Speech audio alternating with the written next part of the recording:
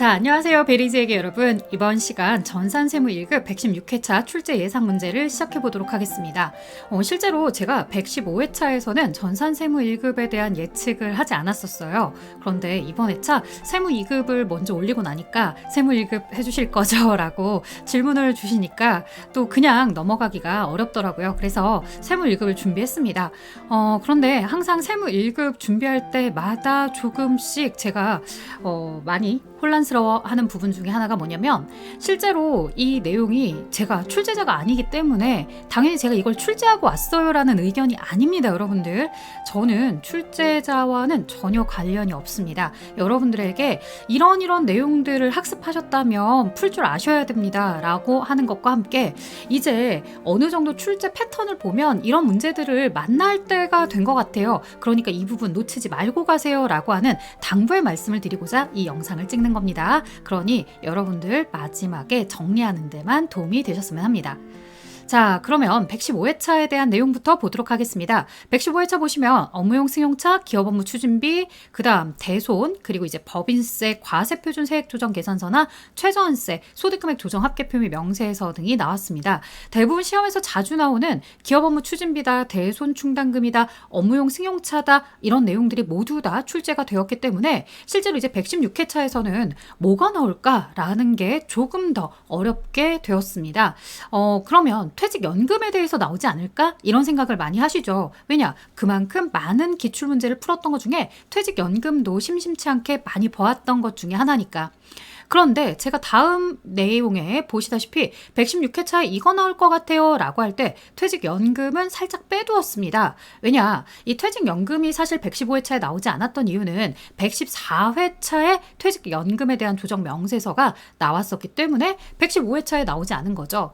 물론 114회차에 나왔다가 116회차 나올 수 있습니다. 그러니 퇴직연금도 나올 것 같은데 라는 개인적인 의견을 가진 친구들은 당연히 그 부분에 대해서도 학습을 완벽하게 철저하게 해두셔야 되겠죠. 자, 저는 이 115회차나 114회차 혹은 더 오랜 회차들을 돌이켜봤을 때 이런 내용들을 조금 더 눈여겨봐야 되지 않을까라고 해서 이 부분은 다시 한번 꼭 체크하세요 라고 가져왔습니다. 자, 총 시험이 5개의 메뉴가 나온다고 치면 저는 이제 대략 한 9개 정도를 가지고 온 상황인데요. 물론 이 중에서도 꼭 나올 것 같아요 라는 느낌과 이건 그냥 그래도 나와야 되지 않을까 싶어서 가져왔어요 라는 것 중에 하나가 있는데, 1번 같은 경우는 사실상 진짜로 나올 때가 돼서 예측을 했다기보다는 워낙 115회차에 중요하다는 거 114회차에 대부분 다 한 번씩 훑고 지나가 버리는 거죠. 그러다 보니까 116회차에도 뭔가 법인 조정과 관련된 그럴싸한 문제가 등장을 해줘야 되는데 라고 생각을 하셨다면, 아마도 나온 지 얼마 안 됐어도 수익금액 조정 명세서나 조정 수익금액 명세서를 서로 연결되어서 문제를 풀 수 있도록 출제하지 않을까. 이 내용들은 실제로 뭐 전전회차에 나왔다 하더라도 또다시 한번 출제하고 이러는 이력들이 있었기 때문에 그래서 가지고 왔습니다. 자, 세금과 공과금 명세서라든가 선급비용 명세서, 그 다음에 이제 가지급금 인정이자 조정 명세서나 업무 무관 부동산 차입금 이자 조정 명세서, 이 부분은 이제 제가 나올 것 같다라고 생각을 했던 이쯤 되면, 이 정도 텀을 뒀으면 나와줘야 되지 않을까라고 생각하는 거고요. 자, 외화자산 등 평가차손익 조정 명세서는 그래도 좀 자주 나왔었더라. 자, 그리고 이제 기부금 조정 명세서 꼭 체크하고 가셔야 되겠고요. 자, 자본금과 적립금 조정 명세서라는 서식에 을서식, 갑서식이 있죠. 을서식을 주로 많이 출제를 하고 있기 때문에 혹시라도 시험 문제의 난이도를 좀 높여보겠다라는 생각을 하셨다면 8번을 내지 않으실까라는 생각을 하고, 자, 가산세 계산서는 자주 나오는 메뉴는 아닙니다. 그런데 왜 가지고 왔느냐? 자, 시험 문제에 보면요, 보통 5개의 메뉴가 다 주구장창 잘 나올 때도 있지만 4개 정도는 자주 나오는 메뉴들을 우리에게 내고서 뭐 원천징수 세액과 관련된 조정 명세서라든가 이런 식으로 자주 나오지 않는 메뉴들을 하나씩 껴서 낼 때가 있습니다. 만약 그렇게 껴서 낸다면 이번에 순서는 가산세 개선서가 되지 않을까라는 예측을 조심스럽게 해보고요.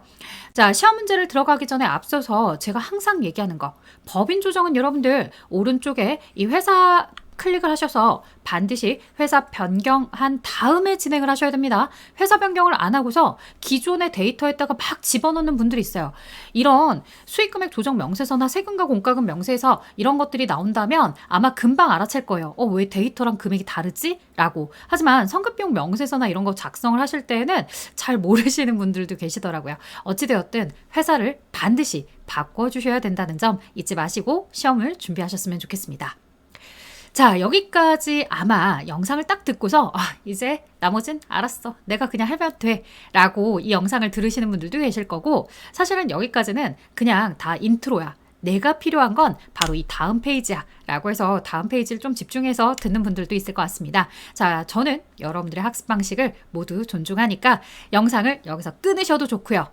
나는 법인 조정 아직도 정리가 안 돼 라고 하시면 저와 함께 지금부터 같이 보시면 되겠습니다.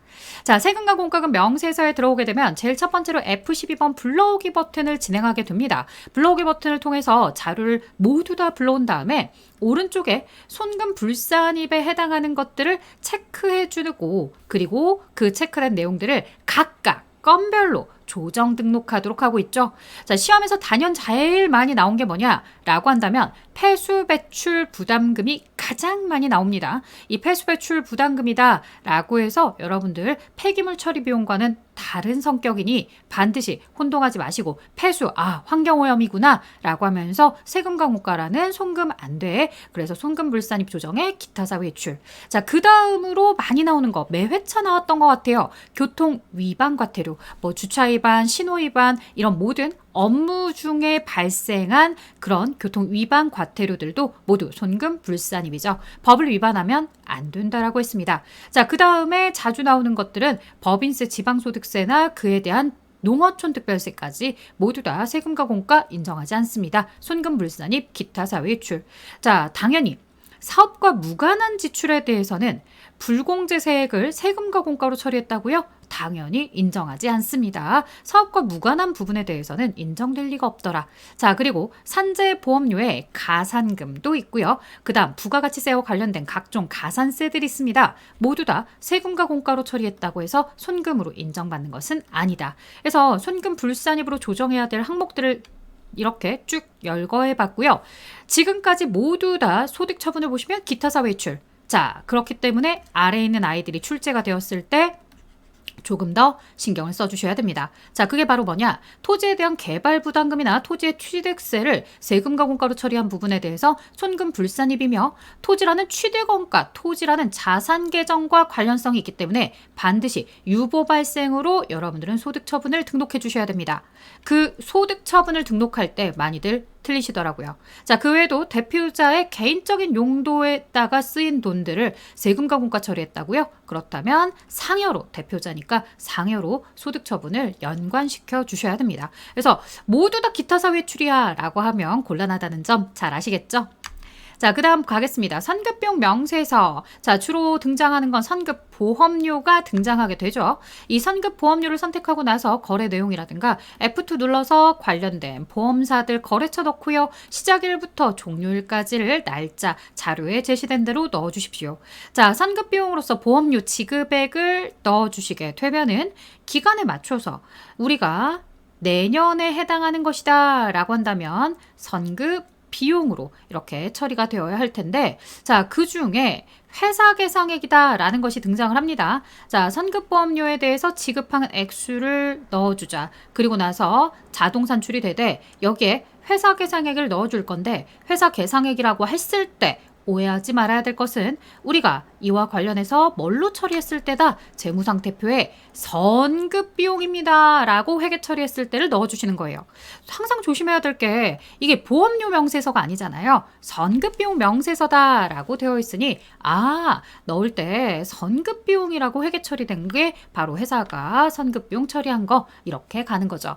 자, 마지막 조정 대상 금액이 등장을 할 겁니다. 플러스 양수가 나오게 되면요. 자, 이 부분에 대해서는 우리가 선급 비용이다라고 처리한 것과 회사가 계상한 것들을 보았을 때 우리 손금 불산입이다라고 해서 유보 발생으로 처리를 해야 되는 상황이구나라는 걸 알게 되겠고요. 자, 손금 불산입이다라고 처리하라는 것은 선급 비용을 좀 더 처리하세요라고 하는 거겠죠. 자, 반면 음수 마이너스로 나오게 되었다라고 한다는 것은 뭐가 여기에 지금 현재 회사가 선급 비용으로 처리한 금액이 너무너무 많을 때예요. 그렇다면 내년도 것만 선급 비용 처리해야 되는데 왜 이렇게 많이 처리했지? 당해년도에 비용으로 처리해야 될 것도 다 선급 비용 처리되어 있나 봐. 당해년도 비용 처리될 것들은 손금 산입해야지. 유보 발생 이렇게 가주시면 되겠습니다. 자, 뭐 손금 불산입든 손금 산입이든 일단 상황이 생기면 유보 발생이다. 당해년도에 대해서 조정하는 건 유보 발생이다라고 처리를 하죠. 자, 조심할 점. 전기의 선급 비용에 대해서 당해년도의 기간이 도래했습니다. 라고 문제가 나온다면 당해년도에 이제 손금 산입시키면 되겠구나 라고 하면서 항상 전기분이라는 것에는 유보가 감소된다는 점 꼭 반드시 주의해 주세요.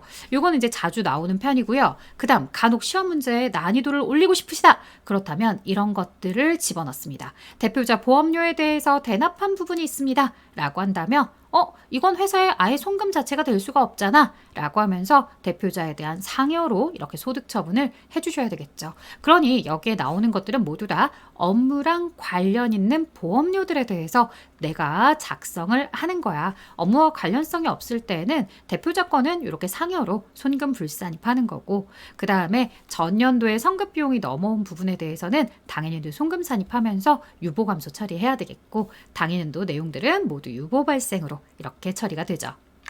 자, 그 다음 가지급금 인정이자 조정 명세서입니다. 이 가지급금 인정이자 조정 명세서다라고 해서 가지급금 가수금에 대한 내용들을 불러오겠죠. 그래서 회계 데이터다라고 해서 뭐 대표이사에 대한 직책 설명, 그 다음에 언제 가지급 빌려주었는지라고 하는 내용들과 함께 대표이사 등한테 대여한 금액을 기록해 주겠죠.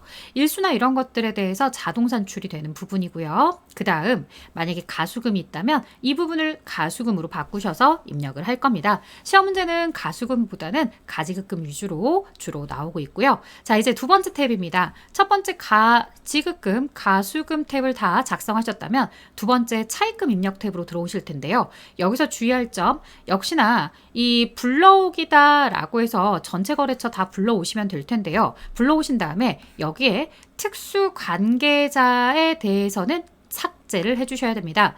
자, 왜냐? 가중평균 차입이자율을 선택하겠습니다. 라고 해서 우리가 이 차입한 금액에 대한 대출금에 대한 이자를 평균 내고 싶다더라 라고 한다면 객관적인 데이터가 필요한 거예요. 객관적인 데이터를 가지려면 특수관계자로부터 차입한 금액들은 객관성이 결여될 수가 있죠. 그래서 특수관계자에 대한 이런 차입 거래처들은 제외를 하시고 제3의 우리가 특수관계가 없는 은행으로부터 차입한 돈에 대해서 이자율이랑 넣어주시면 되겠습니다. 그럼 그 내용을 가지고서 뭐를 하겠더라? 평균을 내주는 거죠. 우리가 보통 대출을 받을 때 어느 정도 이자율을 가지고서 대출을 받고 있어 라고 얘기해 주는 거죠. 자, 그리고 나서 이제 세 번째 우리는 어떻게 해야 되겠습니까? 요것도 조심. 차입금별로 구분해서 입력을 해줘야 되겠죠. 각각 이자율 다르게, 기간 다르게. 자, 그 다음 이제 세 번째 을지서식은 가서 사실상 확인하는 거 말고는 없고요.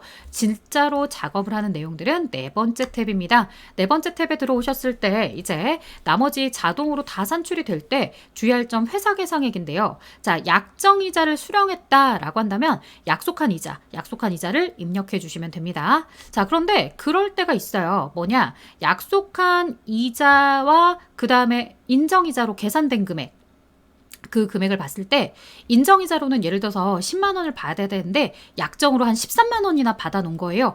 이자 많이 받았구나. 13만 원 그대로 입금으로 들어가겠구나. 그럼 우리가 그보다 작은 금액을 추가로 입금 산입하세요 할 필요는 없더라는 거예요.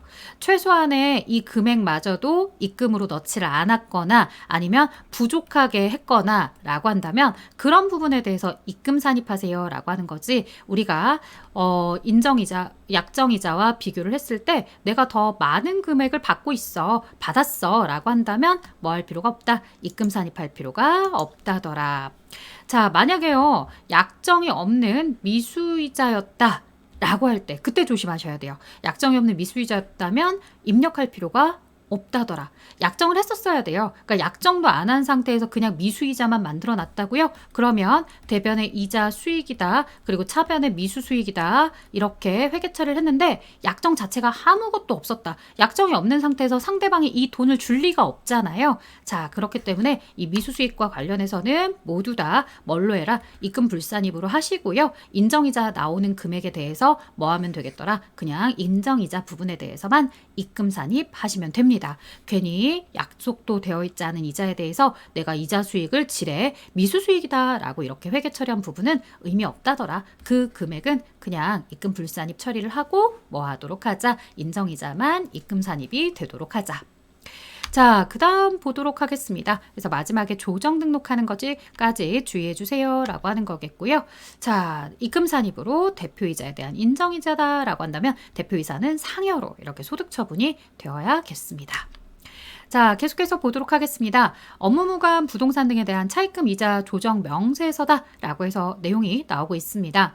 자, 자료를 업무무관 부동산에 대해서 이제 취득을 했다더라 라고 하게 되면 토지나 건물 등을 의미하는 거겠죠. 그래서 혹시라도 뭐 투자 목적으로 건물이나 토지를 취득했다, 업무 무관 부동산 탭에다가 이렇게 넣도록 하고 있었어요. 그래서 투자 목적인데 라고 생각할 수도 있겠지만 투자 목적이라 하더라도 업무 무관 부동산에 이렇게 등록을 하도록 출제가 되고 있고요. 자, 그 다음에 가지급금이다 라고 해서 우리 세 번째인데 세 번째 요 가지급금에 대해서는 대표이사의 개인적으로 사용한 금액, 대표이사 개인적 사용한 금액에 대해서 대여해 줄 때 우리가 넣도록 하는 거죠.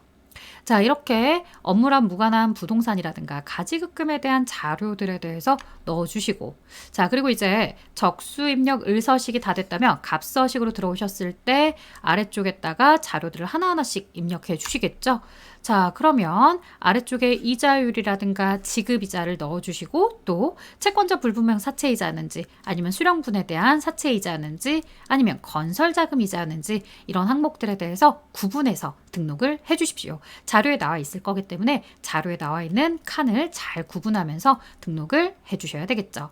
자, 이렇게 이제 등록을 하고 나면 남아있는 차입금 적수라든가 이것들을 이용해서 뭐를 해주겠더라? 손금불산입 시키게 되는 업무랑 관련이 없는 차입금에 대한 이자에 대해서 얘기하는 거죠. 그래서 전체 이자 비용이다 라고 있다 하더라도 채, 비, 건, 그 다음에 업무에 대한 무관한 자산에 대해서 이자 비용 중에서 이렇게 채권자 불분명, 비실명, 그 다음에 건설자금이자다 라고 빼고서 남은 금액들 중에서 보니까 이 부분만큼이 뭐더라? 업무랑 관련성이 없는 차입금에 대한 이자의 부분이더라. 그럼 요것도 뭘로 처리하자? 손금불산입, 기타 사유이출로 처리하자. 나머지 요거 채권자 불분명이라든가 비실명에 대해서는 이 원천징수를 제외한 부분은 상여, 원천징수액 쪽은 기타 사유이출, 그리고 업무무가 건설자금이자다라고 하면 건설자금이자는 유보 발생으로 각각 나누어서 소득 처분을 진행해 주셔야 됩니다. 자, 그 다음 이제 기부금 조정 명세서 들어가 볼까요? 기부금에 대해서도 실제로 이제 불러오기 버튼을 눌러서 진행을 하시게 됩니다. 특례, 일반, 그 다음에 이제 그 밖의 기부금이다 라고 해서 비지정 기부금 등을 등록하시게 되겠고요. 여기서 처음에 불러왔을 때는 모두 다 일반으로 아마 불러와질 겁니다. 그렇다면 기부처에 대해서 특례인지 그 밖의 기부금인지 일반인지를 여러분들 스스로 판단하셔서 수정해 주셔야 되겠죠. 자, 그리고 나면 아래쪽에 특례, 일반 다 나누어져서 칸에 금액이 들어옵니다. 그 다음 주의하실 점은 자료에 기부금 한도 계산을 위해서 이 아래쪽에 당기순이익이나 입금산입을 수정하도록 하는데요. 이 입금산입 수정하실 때 손금불산입, 입금산입으로 들어가게 되는 요 조정 항목을 더해서 입금산입 금액이 자료에 제시된 것과는 다르게 수정이 됩니다. 자, 그리고 이제 자료에 제시된 대로 손금산입까지 넣어주면 소득 금액이 나오게 되는 거죠. 자, 그럼 이제 첫 번째 탭을 모두 다 작성하셨다면 두 번째 탭으로 이동을 하시게 될 거고요. 자, 두 번째 탭으로 이동을 하게 될 때 이야기하기 전에 앞서서 한 가지 주의사항. 자, 우리가 기부하였다라는 명칭을 쓰지 않는다 하더라도 만약에 자산을 시가보다 30% 낮은 가격인 저가양도를 한다거나 30%를 초과한 금액에 고가양수를 하게 된다면 이것도 차액에 대해서 기부금이다라고 처리하고 있으니 의제기부금이 되는 상황들도 주의를 해주셔야 될 겁니다. 그래서 시험 보실 때 기억이 잘 안 난다면 여러분들이 기본서를 잘 체크해 보셨으면 합니다. 자, 두 번째 탭으로 들어갔습니다. 두 번째 탭으로 들어갔을 때는 아래쪽에 2월 된 특례기부금이나 일반기부금에 대해서 당인연도 추가로 송금산입을 받을 수 있습니다. 자, 그래서 이쪽 아래쪽에다가 넣어주실 때 주의하실 점은 2월 된 금액을 1순위로 하고 당인연도 지출 금액이 2순위가 되는 겁니다. 그래서 2월 된 걸 먼저 여러분들이 송금산입하셔야 되겠죠. 이런 기부금들은 10년 동안 2월 할 수가 있기 때문에 10년 안에 혜택을 다 보셔야 돼요. 그렇기 때문에 2월 되어 온 것들은 이제 앞으로 9년만 남았어, 8년만 남았어 이런 상황이기 때문에 2월 된 기부금을 먼저 우리가 조정을 합니다. 자, 조정 등록을 하실 때는 주의할 점 있습니다. 이 일반 기부금이나 특례 기부금의 한도 초과액에 대해서는 뭘 할 필요는 없더라. 손금불산입 조정을 할 필요는 없습니다. 그럼 우리가 조금 눈여겨봐야 되는 건 뭐냐? 비지정 기부금이다라고 해서 기타 기부금이요. 이런 부분들에 대해서 상대가 누군지 특별하게 상대를 밝히지 않고 그냥 문제가 출제되었으면 그 단체를 기타 사외출로, 만약에 대표자와 관련성이 있다 하면은 대표자에 대한 상여로 넣게 되겠고요. 실질적으로 이런 내용들도 많이 나왔지만 진짜 많이 나왔던 건 어음의 기부죠. 어음의 경우에는 발생주의가 아니라 현금주의로 처리하고 있기 때문에요. 만약에 어음의 만기가 25년도이다 라고 한다면 기부금으로 처리했던 걸 손금불산입으로, 유보, 발생으로 이렇게 처리하도록 하고 있으니 그 부분도 꼭 주의하셔야 되겠습니다. 자, 그 다음에 수익금액 조정 명세서다라고 해서 제일 첫 번째 이제 예측했던 내용인데요. 여기 오시면 여러분들도 이 위에 매출 조회 버튼을 눌러서 진행을 해주시는 거죠. 그리고 말 그대로 수익금액 조정이다라고 하니 조정이 되는 부분은 매출액에 대해서 조정을 하는 거예요. 이 차감자리라고 절대 매출원가를 조정하는 게 아니라는 점. 자, 실제로 결산서상 수익금액이다라고 해서 재무상태표상의 수익금액에서 조정 수익금액이다라는 것은 법인세법의 수익금액으로 맞춰주는 과정이죠. 자, 제품 매출, 상품 매출 불러오는 것은 물론이며 영업의 수익이 나왔을 때 부산물 매각이나 작업 폐물에 대해서는 법인세법상 수익금액으로 보고 있습니다. 그래서 이런 잡이익 계정에 있다고 해서 전체 다 들어오는 건 아니지만 잡이익 계정에 부산물이나 작업 폐물에 대한 매각액들은 수익금액으로 넣어준다. 자, 그 다음에 여기 다음으로 넘어가 볼게요. 이 수익금액 조정 계산 탭만 진행하시는 게 아닙니다. 만약에 차이가 나는 부분이 있다면 기타 수익금액 조정, 위탁 판매라든가 시용 판매라든가 적송품에 대한 판매들 이런 것들이 있습니다. 그래서 그런 품목에 대해서 혹시라도 수익금액을 잘못 인식한 게 있다면 여기에다가 F2 계정 과목 검색해서 제품 매출, 상품 매출에 대한 수익금액과 그들에 대한 매출원가를 써주는 거죠. 이 내용들은 모두 다 조정 등록에 반영이 될 것들입니다. 그래서 신중하게 입력을 해주셔야 되겠고, 자, 그 다음에 이 아래쪽 작업 진행률, 이 공사 수익과 관련해서 작업 진행률에 따라서 계산하는 내용들을 넣어주겠죠. 자, 상품 매출은 입금 산입 누락한 부분, 만약에 법인세법상 아직 인식을 안 했더라 라고 하는 문제들이 많았죠. 그래서 누락된 매출액에 대해서 입금 산입, 누락한 매출원가에 대해서 송금 산입 이런 식으로 진행을 많이 합니다.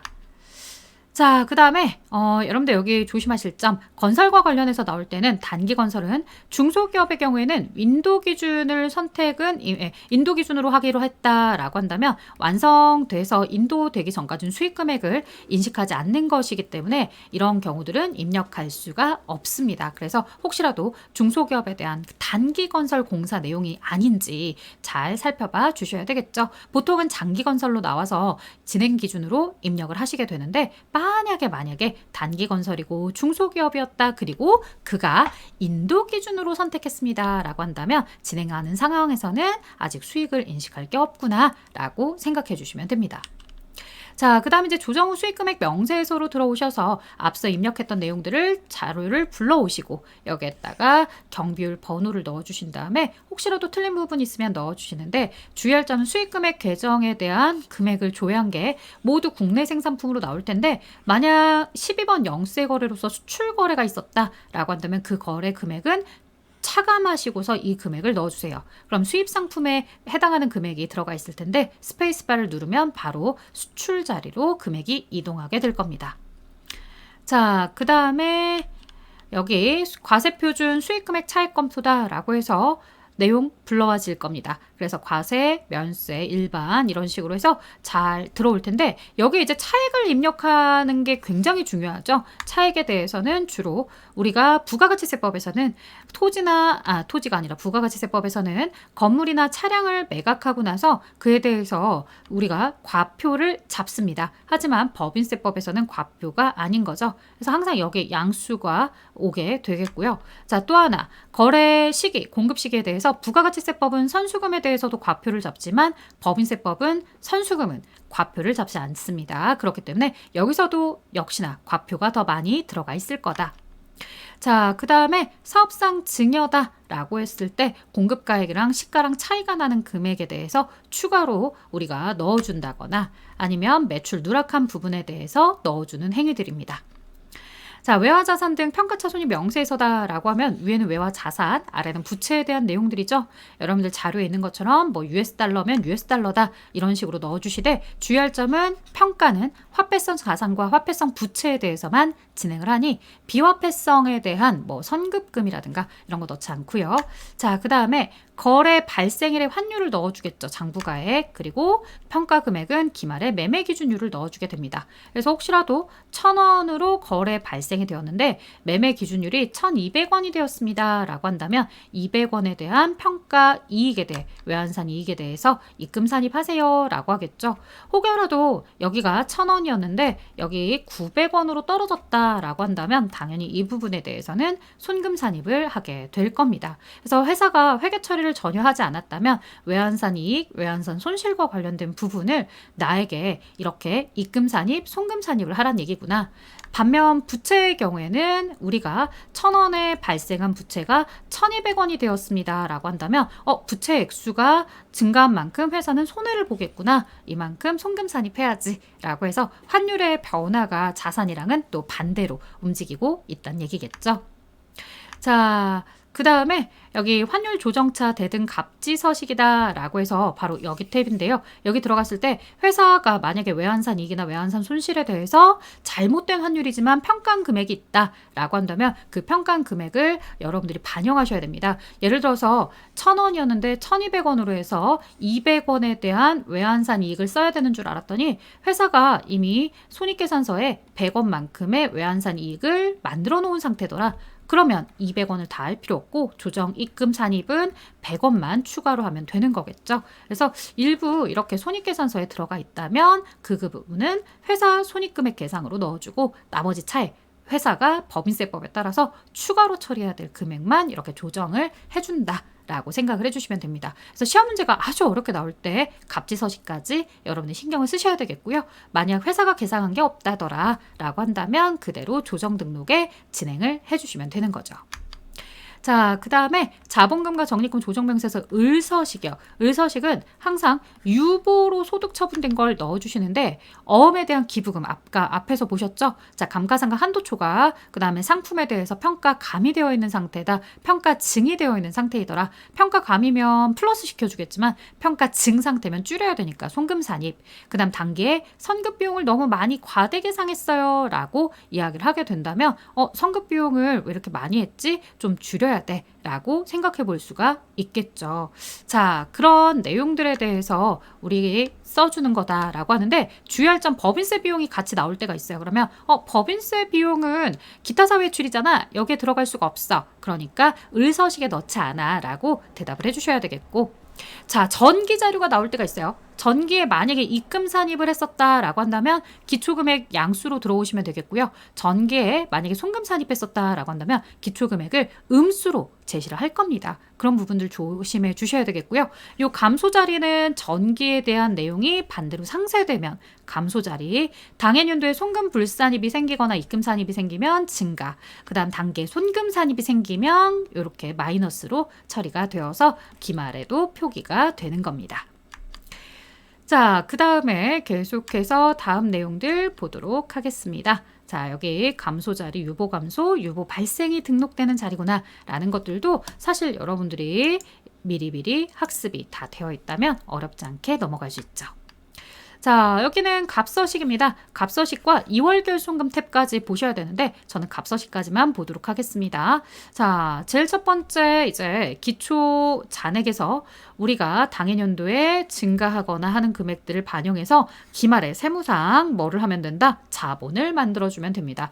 자, 혹시라도 손익계산서의 법인세 비용보다 세법에서의 법인세 금액이 더 컸더라 라고 한다면 그 차액에 대해서 법인세 지방소득세를 여기에 양수금액으로 넣어주시면 됩니다. 그래서 세법 기준에 맞추는 거니까 만약에 손익계산서에 있는 것보다 세법 금액이 더 크더라, 늘어났더라, 증가 자리에다가 금액을 넣어줘야 되겠구나 라고 생각해 주시면 됩니다.